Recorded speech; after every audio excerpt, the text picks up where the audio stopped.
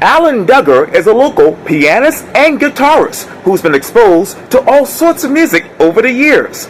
I talk one-on-one with Alan about what he's working on right now for this edition of Quintin's Close-Ups. And if you haven't already, subscribe to my YouTube channel and like Quintin's Close-Ups on Facebook. Alan Duggar, welcome to Quintin's Close-Ups. Thank you so much for having me. Pleasure to be here.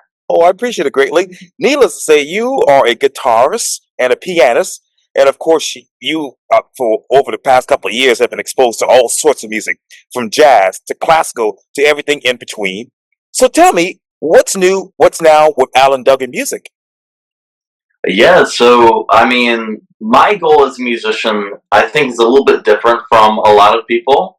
So for me, I'm very much interested in being like rooted in one place in Charleston here. So for me, what the big change has been is that I've been just taking on a lot of new students, and I've also been taking some great regular gigs here around Charleston, and I get a chance to do something, same time every week, which is kind of a rare opportunity for a musician. But I've been playing with the Plantation Singers a lot recently, which is such a wonderful group, and what a good time, and what a wonderful thing to be a part of.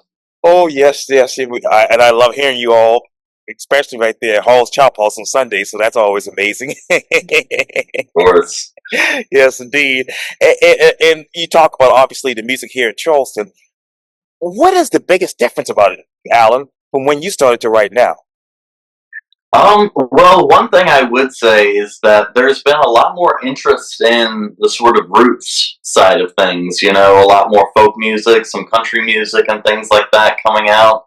When I first moved here about 7 years ago, I was, 18 years old, and seems like the only types of music that Charleston was really pumping out reliably was, a lot of indie rock and, surfer music and stuff like that, which is wonderful and it has a place in my heart. But I think we're looking towards bigger and broader things.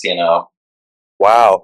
And what are those bigger and broader things that you want to see as a musician and as a teacher? Mhm. Well, I think one thing that is really interesting to me is just this rise of the very informal sort of music space, and Charleston has always been home to the backyard concert and the living room show and things like that. And I think people are starting to pick that up less as maybe a sort of substitute for a concert or a show in a normal venue, and more as kind of an organic happening. And, trying to make music less into something that's on a pedestal and more into something that is like, broadly participatory. And that's something I try to get to with my students as well. A big thing for me is I want them to be able to jam, whether it's just in our lessons, whether it's solo on the piano at home, or, just the idea that you might have a couple friends who could pick a couple chords on the guitar or a couple little notes on the piano, and even if it's not the Beatles or anything like that, the fact that you could get together and make music into an activity rather than something that is so professionalized and, put into this little sphere that only quote unquote musicians get to be a part of. So I like that, the democracy aspect of it. Oh, I understand that completely, Alan. Eh,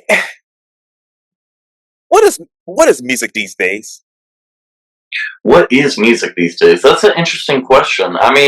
Because in some ways, music is more diverse than it's ever been, because we have people who are catching on to waves of things that they would have never had access to before. And I think I'm a good example of it, because a lot of my musical interest is in, these old historic recordings. And, Spotify, say what you will about them, and I have a lot of gripes with them, but they make that music available on such a larger scale, and so people are able to pick up on these threads of music for the past 100 years and start weaving them in together with all these new technologies. And there's so many more ways to collaborate now. But at the same time, the pressure on musicians is higher than it's ever been at the same time. So it's like the doors are open, but we're right there at the threshold. It's hard to fully get in. Um, So it's kind of in that tension of all the possibilities, but also fewer people are able to fully explore it. I have a couple of questions for you as I break down what you just said to me. Okay, on my playlist, I don't know if people know this, but on my playlist, it's all '90s R&B. That's all I listen Mhm. to. What is on your playlist these days? I've got a little bit of that. In fact, I don't know if you're a big D'Angelo fan, but Yes. D'Angelo was one of those musicians that really changed my life. And his album Voodoo, Right. and all the great musicians that were on there, Charlie Hunter, Pino Palladino, Oh yeah. Questlove, Yes. everybody. That was just an album that got me really obsessed with the craft of things. And so I love Voodoo. But then I've also got a lot of country on the playlist. I got some George Jones. Got a lot of gospel music on the playlist from Oh. kind of all realms of the gospel world. Whether that's like Tony Rice doing like bluegrass gospel, or I love the Staple Singers famously. That's actually what me and Miss Lynette White of the Plantation Singers kind of first bonded over, was our common love of the Staples. Huh. Wow, that is really, really amazing. And bluegrass is amazing because I was just in Kentucky a month ago, and that's a big thing there, of course. Out of those historical recordings that you know of and have come to love, Alan, which one of those historical recordings here in the Low Country would you like to have somebody collaborate with? Um, so like as in like which low country musicians would I like to collaborate Yes, with? sir. That's what I should have said. My Hmm. apologies. A guy who I've never personally met, but I've admired from afar for a very long time, is a fellow by the name of Demetrius Doctor. Oh, yes. I work at the Charleston Music Hall, and he's coming through there all the time with these different bands, and I understand him to kind of be like a band leader. He can put together a group and arrange everything, and he's an incredible musician and also just a great arranger. And I've really admired his playing for a couple of years now. Wow, and he's been on Quintin's close ups a couple of months ago, actually. Great guy. I hope to get him back on soon. But you talk about a couple of years, Alan. How have you been able to craft your music skills? Well, I think it was always kind of a passion. I was one of those kids who I would just be at the piano as soon as I got done with my homework until I had to go to bed, pretty much. And similar with the guitar.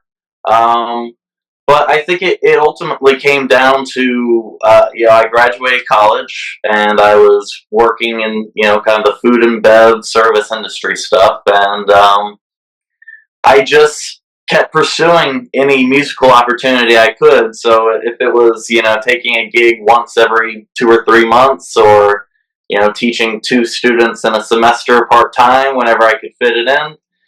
And I think it has just been the time that job had afforded me, that I could go do my shift, and when I'm done, I'm done. Yeah. And I could just focus everything else on the music.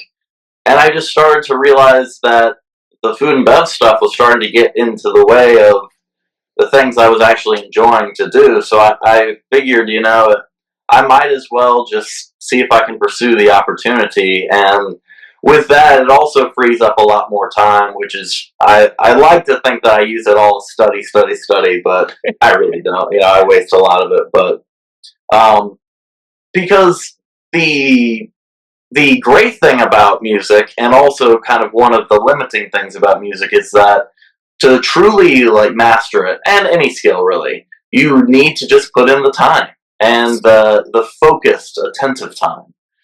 And so it's such a privilege that I have that. And I wish more kids and more adults as well had the opportunity to really pursue an interest like that, and have the time to have mastery in something. Oh, absolutely. And I see all of these books right behind you. So let me just ask you the obvious question. What do you study now when it comes to music? Hmm. Well, um, so over here I've got Pianist book of Bach chorales. Wow. I recently got this. It's not even a book anymore. It's kind of just loose papers. It's so old.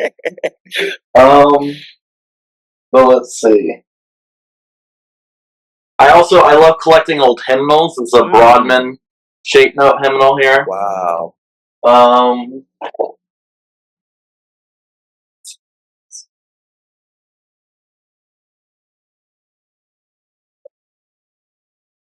Sacred Heart. Wow. It's another hymn book that I really like studying. Yes. So it's kind of all over the map, between folk styles and between classical, and I still play a lot of gospel and jazz and stuff like that. So try to listen to as much of that as possible as well. And how many of those studies that you are currently working on right now, Alan, is actually resonating with your students? Yeah, so it's kind of tough, because a lot of my students are kids, and they are not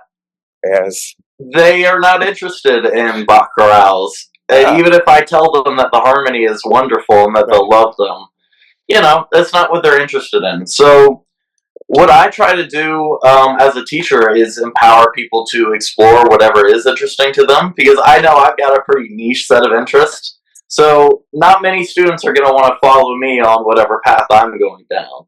But hopefully I have a good enough ability at teaching those fundamental skills that they're able to explore whatever path fully that they want to go down. Yes, very much so. Yeah, absolutely, absolutely. What do you want to explore next? Well, with my band Whippoorwills, we've been moving into some new sounds recently. So we started off as a very sort of folk music oriented, in kind of like the coffee house folk sense, where it's like two acoustic guitar players with the vocal harmonies, and that resonated with a lot of people, and it really emboldened us to start really practicing and building up our own sound. And so as sort of the year and a half or so that we've been around has gone by, we're trying to adapt ourselves a little bit for the venues that we've found ourselves playing. And so we are playing a lot of dive bars and things like that. And so we wanted to make a sound that was a little bit noisier, a little bit rowdier maybe, and could convince people that this older material, this folk material that we're playing, is still danceable today, Because I think what we found in our early days was that people have been conditioned into experiencing folk music almost as like an intellectual exercise. It's like maybe we're reviving this historic practice for some academic interest, and all that is wonderful things. But I think what is so great about all of the traditions that we've inherited and tried to weave together is that they are still speaking to us today. And so if we sort of limit them to just some, thought experiment about what might it be like if we played a banjo instead of a guitar, we're kind of not experiencing it in its full context and that full, humanness, the earthiness of it. So we're trying to keep a lot of that older material that might be, historic in nature, but try and communicate it to the venues and the audiences that we're encountering today. And so some of that is, we started by bringing an electric bass in, and so it was a lot of guitar and electric bass. Yes. Now we've got an electric guitar, and we play with a drummer every once in a while and things like that. And I think it's just continuing to resonate, because I think people are maybe finding it slightly more recognizable, but at the same time, it's prompting them to be interested in some of that other stuff that might not have been on their radar before. What is that one music style that's on your radar right now? Well, I've always had a soft spot for Cajun music and Zydeco. Huh. I've got my accordion up here, actually. But I grew up in Louisiana, South Louisiana, and some of my really formative musical experiences were around, that traditional Louisiana music. I used to jam Cajun music all the time. And so I think it's just a wonderful thing that we keep the French music alive, and it's great folk music with a beat. So it's actually very inspirational, like directly to our sound with whippoorwills and with my piano playing, because it's that sort of rootsy, earthy, bluesy style, but that beat was never lost. You know, it was a dance music then, and it's still a dance music now. You know. Yeah, that is really, really amazing. I was just thinking in my head just a second ago, Alan. But what is that one music style that you want to interwove with your particular music style? Well, I definitely do. I love stealing the accordion riffs from Zydeco on piano, Right. but I think if I really had to like fully integrate like a particular sound, I love that just like a good Hammond organ player, and I've been able to own and work on some Hammond organs in my time, but unfortunately not any right now. So I'm missing that like Hammond sound, but that is such a powerful thing, and I just the harmony there is amazing from a music standpoint as well because a lot of it's based on extremely dissonant and tense chords, which just like gets you tighter and tighter and tighter until you hit that resolution, and then it's just it's otherworldly payoff from that. Yeah. And I also thought about this too. But what instrument describes you? Um, that is such a hard question. I mean, because it's like when you play different instruments, it's a different relationship to them entirely because it's a different mental way of understanding them, and it's also different physically. There you go. I think honestly, I think I gotta go with just the acoustic guitar because so much of my career has been built on the acoustic guitar, at least to this point. But I think it's simple, it's understated, but at the same time, in the hands of a really great player, it can speak, throughout the generations. Oh, absolutely. That is really amazing to hear. Well, guitarist, pianist, and teacher, Alan Duggar, thank you so much for your time. And again, welcome to Quintin's Close Ups. Thank you so much for having me, Quentin. This was such a pleasure. Well, likewise, I appreciate it greatly.